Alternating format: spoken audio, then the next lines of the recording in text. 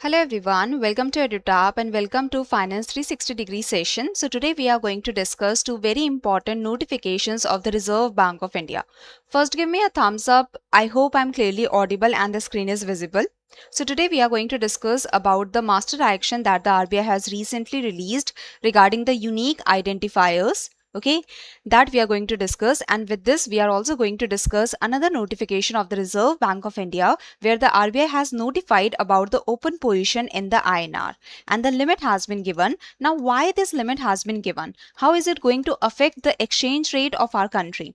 So RBI steps in as rupee nears 95 per dollar, banks now capped at 100 million dollars. So what is this limit and how is it going to affect the foreign exchange, the value of our currency against the dollars? Okay, so all of this we are going to discuss in today's session. So let's get started. And do give me a thumbs up if I'm clearly audible and the screen is visible. Okay, so now let's get started.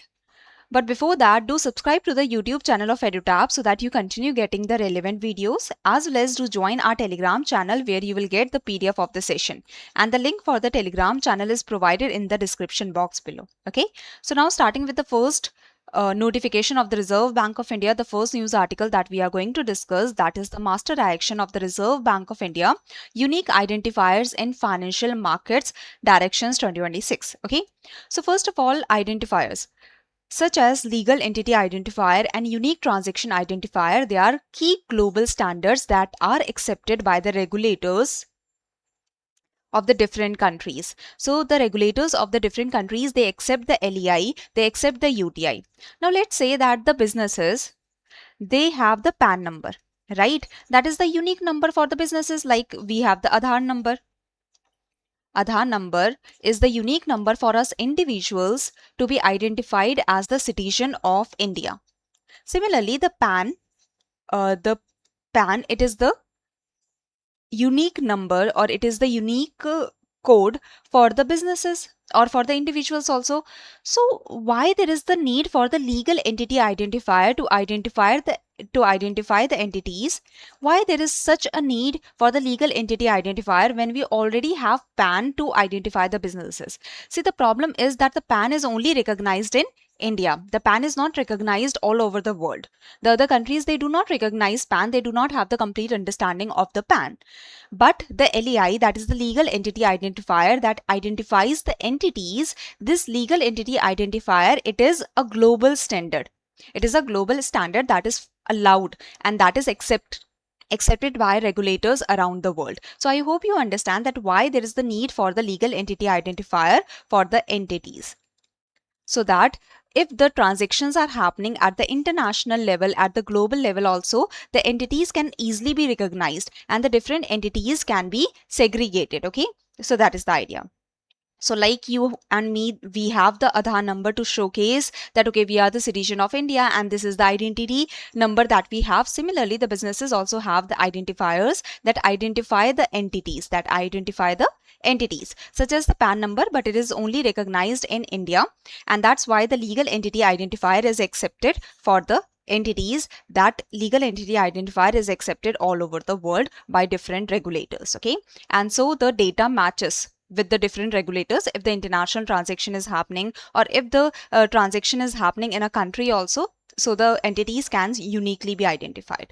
So identifiers are basically the identity numbers, such as the legal entity identifier that identify the entities that are engaged in the financial transactions. Unique transaction identifier, it identifies a particular transaction. Okay, and which particular transaction, that also we will discuss.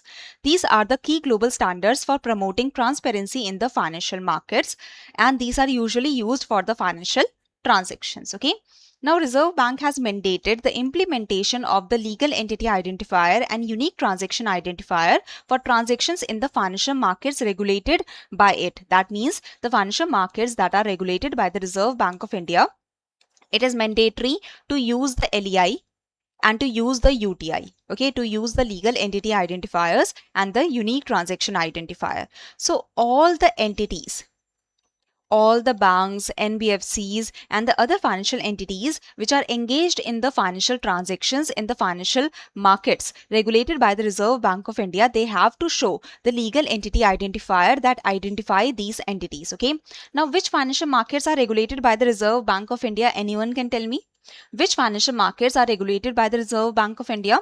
The money market, the short-term market, where the interbank lending is happening. Okay, the institutions or the banks, they are lending to each other. The other financial institutions, they are lending to each other. Okay, so where the lending is happening in the call money, the notice money, they come under the money market. Call money is the overnight lending and borrowing between the banks, between the financial institutions. Notice money is the borrowing and lending between the banks, between the financial institutions for a period up to 14 days. Okay. So this is the idea that the money market, the short-term borrowing, lending, this kind of market between the financial institutions, this is the money market. The short-term market, the short-term instruments, they come under the Reserve Bank of India. This is the financial market regulated by the RBI. Another financial market regulated by RBI is the foreign exchange market. Foreign exchange market or the foreign exchange transactions, as well as the government securities market, the T-bills, the dated government securities. So this market is also regulated by RBI. Okay. So this is the idea that there are certain financial markets that are regulated by the Reserve Bank of India, such as the money market, where the short-term transactions, short-term borrowing, lending is happening. There is also the foreign exchange market, the foreign exchange transactions, and there is also the government securities market. So these are the financial markets that are regulated by the Reserve Bank of India.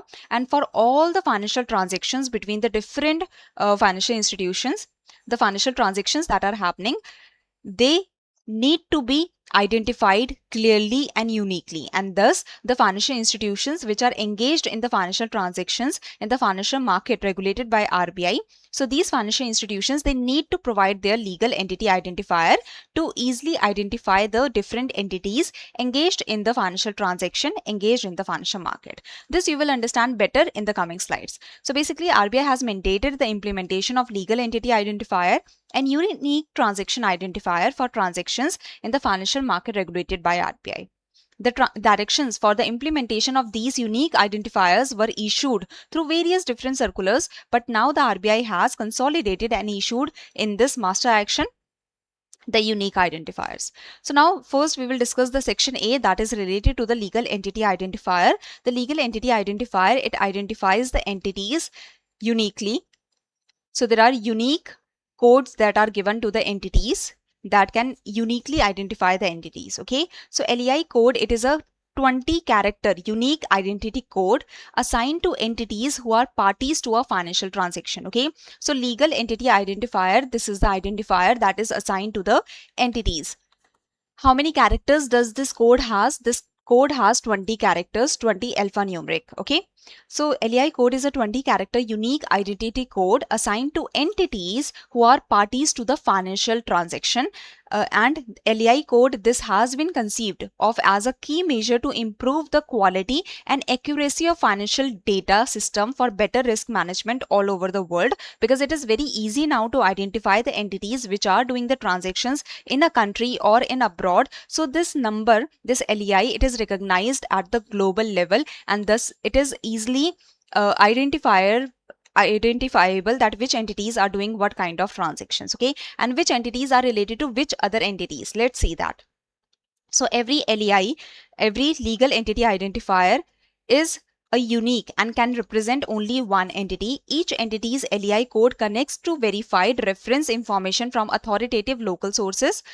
So through the local sources, the information can be taken about an entity that is engaged in the financial transaction. Okay, let's say a foreign institution, a foreign entity, it is investing in our country, it is opening a subsidiary in our country. So if we want to get the information about this foreign entity, we just need to get its LEI code, and easily we can get the information from the local sources, including the entity's ownership structure, that okay, this financial entity which is opening a subsidiary in our country, what is the ownership structure of this financial entity, which other entity owns this financial entity. Okay, this XYZ, this entity from Pakistan, or this entity from the not so trustworthy sources, if those countries are somehow having the ownership of this financial institution, of this financial entity, then we can stop the subsidiary from opening its we can stop this entity from opening a subsidiary in our country.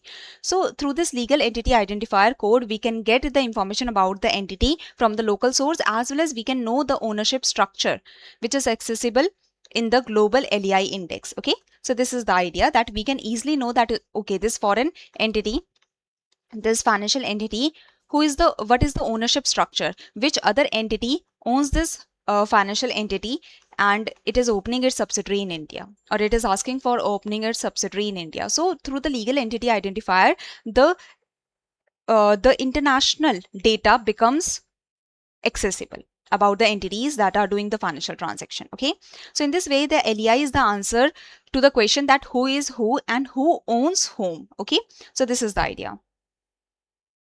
Yes, correct, Akshu. So now coming to the next part, the LEI code shall be applicable to all the over-the-counter transactions. Over-the-counter transactions means these are the transactions that are not happening through the stock exchanges, because stock exchanges, they come under the regulation of the Securities and Exchange Board of India. That means the stock exchanges, the NSE, BSE, they are under the SEBI regulation. While here we are talking about the RBI. So all the over-the-counter transactions that are not happening through the stock exchanges. See, in the money market, let's say X bank wants to borrow money and the Y bank is lending the money. And this is the overnight transaction that is happening. Is there any exchange that is involved? No. Is there any other party that is involved? Not necessary. Okay, there can be an intermediary or there might not be. So money market transactions, these kind of transactions where the financial institutions are lending and borrowing for the overnight or for the notice money, that is for a period up to 14 days or for a short period of time, and let's say, so the money market transactions, all these transactions, they are happening over the counter. That means they are not happening in the stock exchanges, because stock exchanges are regulated by SEBI, while the money market, government securities market, foreign exchange instruments, these are regulated by RBI. Okay, the government securities also, let's say X bank has government securities worth 100 crores. It is selling this in the secondary market. It is selling it to the Y bank. Okay, and Y bank is paying to the X bank. So at the personal level, the parties are doing the transaction, or through an intermediary or through the electronic platform, the parties are doing the transaction. There is no involvement of the stock exchanges. So these are the over the counter transactions, okay, where the stock exchanges are not involved, where the National Stock Exchange, Bombay Stock Exchange is not involved. So LEI code shall be applicable to all the over the counter transactions undertaken by entities other than individuals in the markets, because the LEI code is for the entities. Okay, in the market for the government securities, in the government securities, if the transaction is happening, in the money market instruments, if the transaction is happening, there is the requirement for the entities to provide their LEI code to be able to undertake such kind of transactions. Okay, as well as in the foreign exchange instruments also, if the entities are involved, if the transaction is happening, if the over the counter transaction is happening in the foreign exchange instruments, then also the entities have to provide their LEI code for reporting such transactions, and for recording such transactions the LEI code has to be provided. And in the derivatives covered under section 45U of the RBI Act of 1934, so these are the derivatives that comes under the RBI Act of 1934. So derivative means an instrument to be settled at a future date whose value is derived from some underlying asset. That can be interest rate, foreign exchange rate, credit rating, credit index, price of the securities, combination of more than these, the foreign currency swaps, the foreign currency options, the foreign currency rupee options, and such other instruments as may be specified by the Reserve Bank from time to time. You do not have to remember all these derivatives. What are derivatives? They basically derive their value from some underlying asset. So let's say I am signing a contract that in the future on 30th December, I want to purchase $100,000 at $1 equal to 100 rupees. Okay, so this is a derivative. This is a contract. This is a financial contract which is deriving its value from some underlying asset, that is dollars. Okay, and there is a future date that is determined. So different kind of derivative contracts can happen, and they can have the underlying asset as interest rate, credit rating, credit index, price of the securities, dollars, the foreign currency, and such. So these are the derivatives. If the derivatives, these transactions are happening in the over the counter market, that means these transactions are not on the exchanges. So even for these financial transactions, the financial institutions that are involved, the financial entities or the entities that are involved, they need to provide the LEI code. Okay, so this is the idea. So for all the financial transactions that are happening in the over the counter, so for all the over the counter transactions which are happening in the financial market regulated by the Reserve Bank of India, the entities that are involved in these transactions, they have to provide their LEI code. Okay, the entities, they have to provide their LEI code. So the LEI code shall be applicable. The entities, they have to provide their LEI code to all the OTC transactions, over the counter transactions undertaken by entities other than individuals in the markets governed by the Reserve Bank of India or regulated by the RBI. That is the government securities, money market transactions, the foreign exchange instruments, derivatives. For the non-derivative foreign exchange transactions, okay, there is no need to provide the LEI code until and unless the amount is equivalent to or exceeding the US dollar 1 million. Okay. So basically for the derivative transactions, as well as for the government securities, for the money market transactions, there is the compulsory LEI code that the entities have to provide, okay, but for users or client that are taking non-derivative foreign exchange transactions, only for the non-derivative foreign exchange transactions, so LEI shall only be applicable for the transactions involving an amount equivalent to or exceeding US dollar 1 million. So this is the idea, that for the over the counter transactions that are happening under the Reserve Bank of India regulated markets, such as the money market, the foreign exchange market, and for the government securities market, as well as for the derivatives that are under the section of the Reserve Bank of India Act. So for all these transactions, the entities, they need to provide the LEI if they are doing the financial transaction, if they are doing such transactions. Okay, now for the money market, foreign exchange, for the money market, for the government securities, for the derivatives, the entities have to provide the LEI without any minimum limit also. For the foreign exchange non-derivative transactions, the LEI shall only be applicable for the transactions involving amount equivalent to or more than $1 million. This is the idea. Any confusion? So LEI ensures that each entity involved in a transaction is clearly and uniquely identified, avoiding confusion due to similar names or structures. Okay, so LEI uniquely identifies the entities which are involved in the transaction. Now, framework for the implementation of LEI: all participants, resident and non-resident, undertaking transactions falling within the scope of these directions, they shall obtain the LEI code from the local operating unit which is recognized by the Global Legal Entity Identifier Foundation. In the case of an LOU, in the case of the local operating unit in India, the LOU shall be an entity recognized by the Reserve Bank of India as an issuer of the LEI under the Payment and Settlement System Act of 2007. So basically the LOU, the local operating unit which provides the LEI, it should be recognized by the Global Legal Entity Identifier Foundation, and in India, if there is the LOU, that should be recognized by the RBI also. Okay, that is the idea.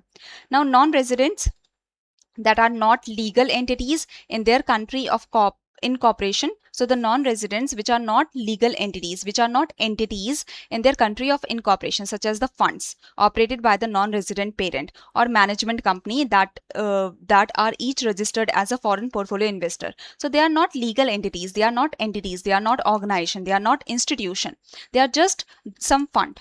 They are just some foreign portfolio investor. So they may use LEI code of the parent or management company. So basically, if there is a fund or the foreign portfolio investor which is not an entity, but they are involved in the financial transactions, if they are involved in the financial transactions under the financial market under the Reserve Bank of India, so they can use the LEI code of the parent company or the management company. So that is the idea. So the non-residents that are not legal entities themselves in their country of incorporation, but they are doing some transaction, financial transaction, they may use the LEI code of the parent or management company. Okay. Now, entities involved in or responsible for executing transactions reporting or for repository functions in the markets regulated by the Reserve Bank, they shall capture the LEI code of the transacting participants in their systems. So whichever entity that is responsible for reporting or for depository functions or for executing transactions, they have to take the LEI code for the entities that are doing the financial transaction in the financial market regulated by RBI. Okay. Now, entities without an LEI code shall not be eligible to undertake transactions in the financial markets regulated by the RBI. So basically, that is the idea that if you do not have the LEI code, you are not eligible to undertake transactions in the financial market regulated by RBI if you are an entity. Entities shall ensure that their LEI code is considered current under the rules of the global LEI system and has not been lapsed. Okay. So here, what is the key idea that you have to remember? That for the money market transactions, for the foreign exchange transactions, for the government securities transaction, and for the derivatives, there is the LEI code that has to be provided for the over-the-counter transactions under the RBI financial market. Okay. Now, for which kind of LEI transactions there is the limit, or for which kind of LEI transactions the LEI code, for which kind of financial transactions the LEI code will not be required. So if the financial code is less than 1 million, then the LEI code will not be required for the non-derivative foreign exchange transactions. Okay. So if the foreign transaction is happening of the non-derivative foreign exchange transaction, so if for non-derivative foreign exchange transaction is happening of less than $1 million, then the LEI code is not required, but the LEI code shall be applicable only for the transactions involving an amount equivalent to or more than 1 million if the users or clients are undertaking non-derivative foreign exchange transaction. This is the limit, very important. Now coming to the unique transaction identifier. So unique transaction identifier is a unique identifier that is assigned to an over-the-counter derivative transaction. So these are the unique transaction identifier that identifies the over-the-counter derivative transaction. So they are only for the derivative transaction. It has been conceived as one of the key data elements identified globally. So unique transaction identifier, they are also identified globally, and they identify the transactions that are happening over the counter derivative market. Okay, so over the counter derivative transactions, for them there is the unique transaction identifier. Okay, so I have taken a detailed session on the unique transaction identifier that you can see. I will not detail all the points again because that is not required. The same points have been discussed in a separate session. Okay. Now section A, that is regarding LEI, that shall come into effect from immediate basis, while section B, that is on the unique transaction identifier, that will come into effect from January 1, 2027. LEI uniquely identifies the counterparties, the entities which are part of the transaction. So the LEI, it identifies the entities. It identifies the entities uniquely, while the UTI, it serves as a single unique reference number for the transaction that is happening, especially the over-the-counter derivative transaction. Okay. Coming to the last article.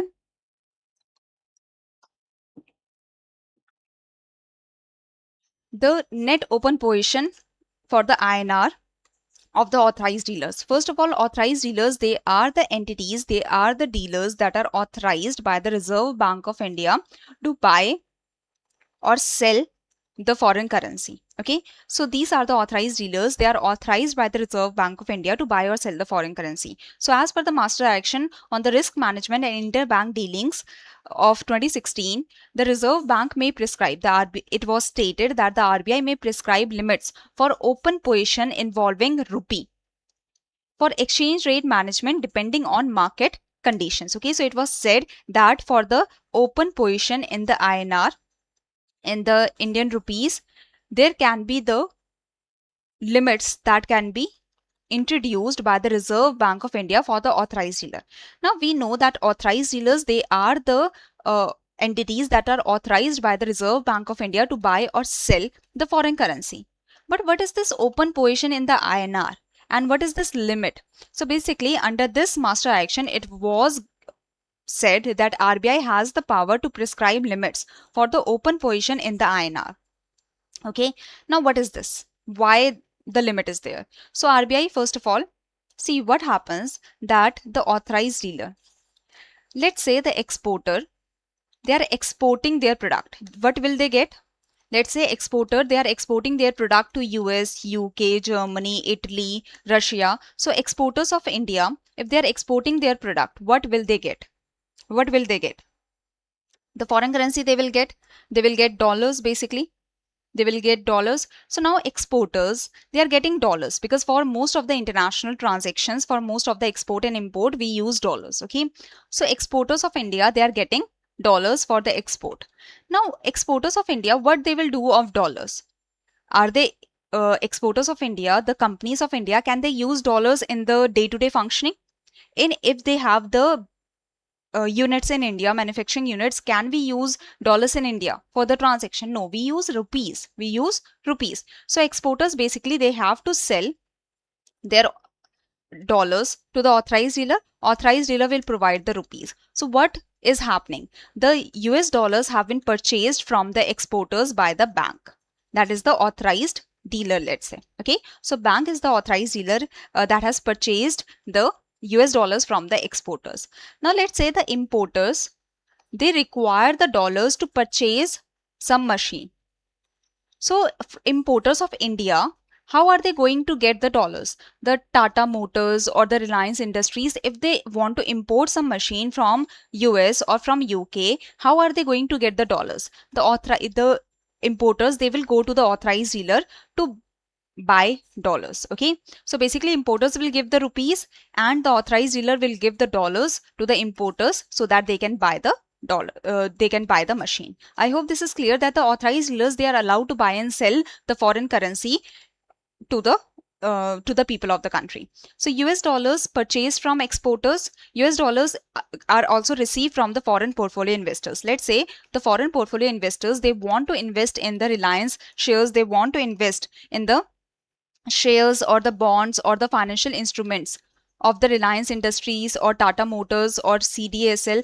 So foreign portfolio investors basically want to invest in the financial market of our country that is regulated by SEBI. So foreign portfolio investors, they want to invest in the capital market basically of India.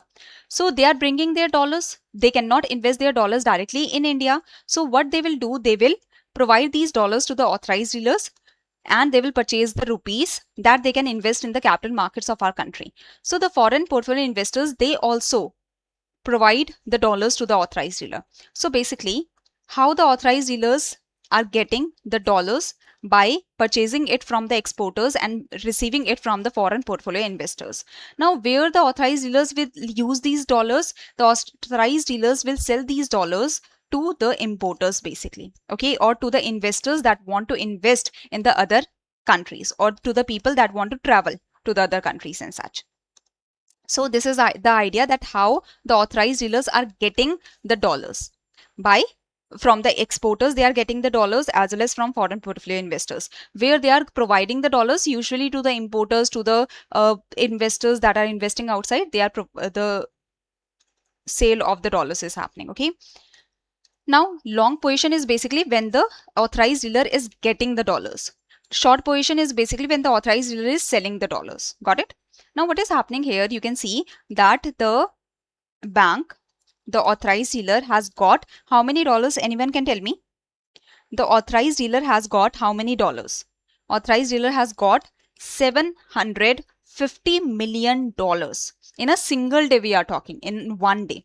In one day, from the exporters, from the foreign portfolio investors, the bank has got, the authorized dealer has got $750 million. While in this one day, how much sale of the dollars has happened by the authorized dealer? The bank has only sold $300 million. So what is the net open position? What is the net open position in the terms of dollars? In the terms of dollars, the net open position of the bank is, of the authorized dealer is $450 million. $450 million.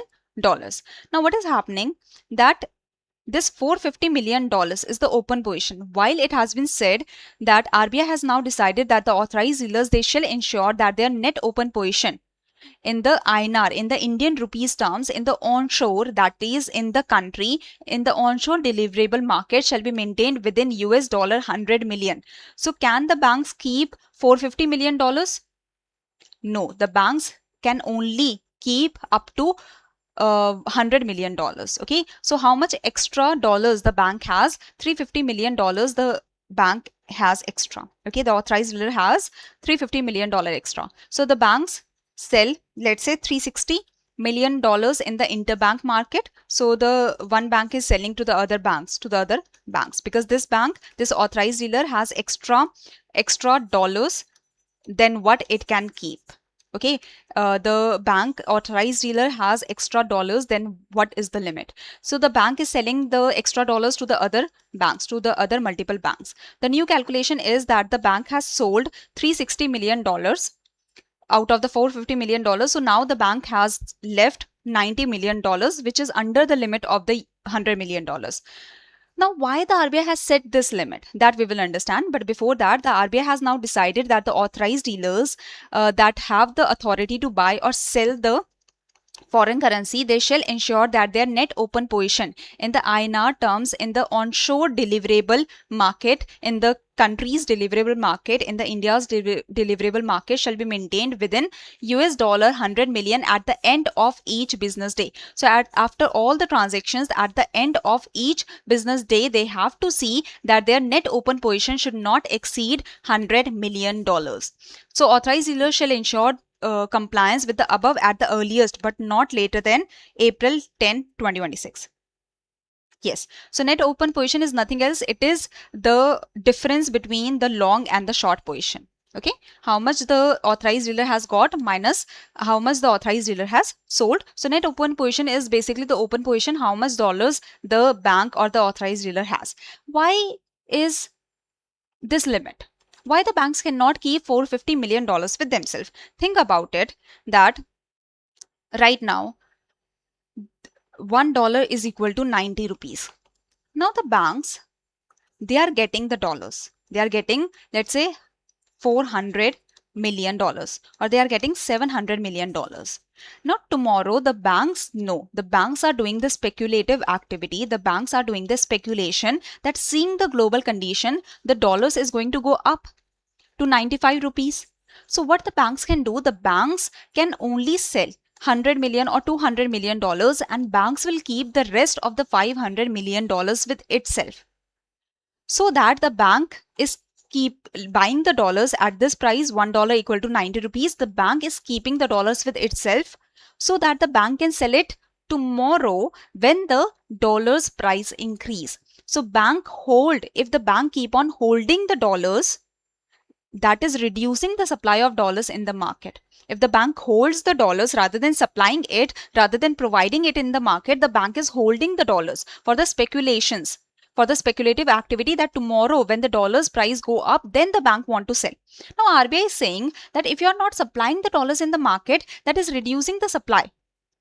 With lesser supply of dollars, the price of dollars is increasing, the value of dollars is increasing. Think about it. Gold has limited supply. That's why the gold prices are increasing. So RBI is saying that supply the dollars, supply your extra dollars. You can only keep $100 million by the end of each business day. You can only keep this much for your activities, for your continuous activities, so that you have some buffer money. But the rest amount, the $400 million, supply it immediately in the market so that it increases the supply of dollars. With the higher supply of dollars, if something is in excess, if there is more supply of dollars, the price of dollars will reduce against the rupees. That means the value of dollars will reduce against the rupees. So right now what is happening, that there is too much depreciation of rupees. Rupees is losing its value against the dollars, and dollar is becoming more powerful. It is appreciating against rupees. So rupee is depreciating against dollars and dollar is appreciating against rupees. This is happening, rupees depreciating very fast. So RBI has said that if the banks keep on holding the dollars for the speculative activity so that the price of dollars increase and the banks sell at the higher rate, so this is the speculative activity that the authorized dealers are doing. That should not be happening because it is further leading to depreciation of rupees. If the banks keep on holding the dollars, they are not supplying it in the market, so there is less supply of dollars, the price of dollars will increase, the value of dollars will further increase against the rupees. So that will further depreciate the rupees. Because the dollar is becoming more stronger, its prices value is further increasing. So now the RBI is saying that supply your excess dollars in the market so that there is higher supply of dollars in the market. Higher supply means less price of dollars. Less price of dollars means less value of dollars against the rupees. So rupee will stop depreciating, or at least the depreciation will reduce. That is the idea. Any confusion?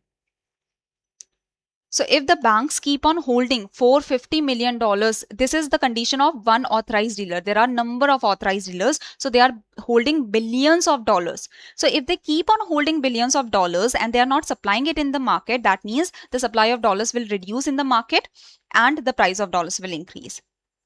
Okay, this RBI do not want. That's why to maintain the foreign exchange condition, to maintain the value of rupees, the RBI has said that the banks can only hold $100 million at the end of each business day. The excess dollars the bank will have to sell in the market so that there is more supply of dollars, the price of dollars reduce and the rupees stop depreciating. Got it? No confusion? Nice.